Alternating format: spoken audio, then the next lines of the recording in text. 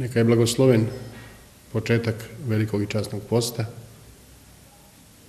Prva misao treba da bude da postiti znači radovati se i da je radost velikog posta neprolazna.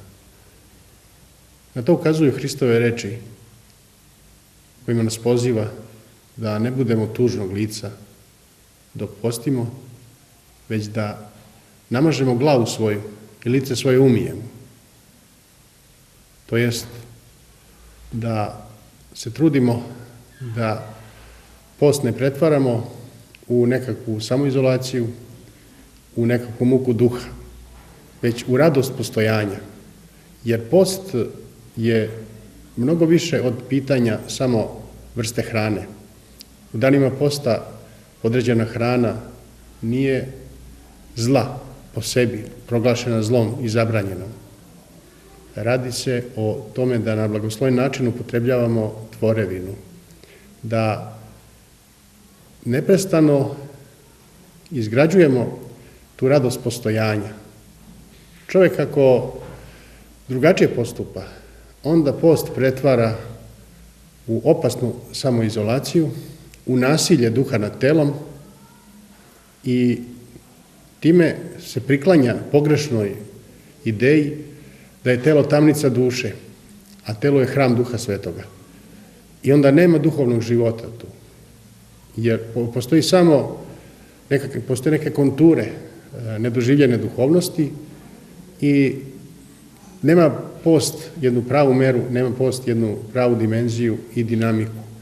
Zato je važno da tu radost posta osmišljavamo dolaskom na bogosluženje, da promišljamo svoje stvaralačko učešće u delu Božijem. Jer Bog je čovjeka stvorio da bude njegov sastvaralac, a ne da bude pokorni rob, mašina kojom on upravlja. Da je tako hteo, ne bi bilo čovjekove slobode, ali ne bi bilo ni radosti postojanja.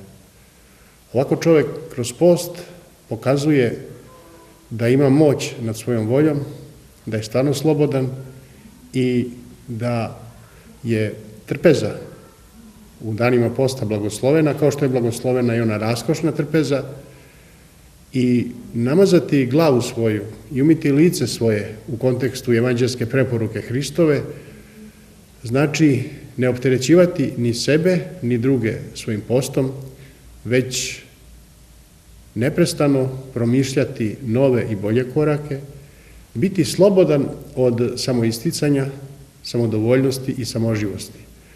Post je tada i samo tada jedini pravi lek od samoizolacije, od negacije drugoga i njegovih postupaka i dobra je afirmacija stvaralačke ličnosti i onda je post blagosloven podvig. Tada i naši jelovnici, tada i svi postni kuvari dobijaju svoju dimenziju i svoju dinamiku, jer su osmišljeni pravim razlogom, a pravi razlog posta jeste da bude savršen čovjek Božji.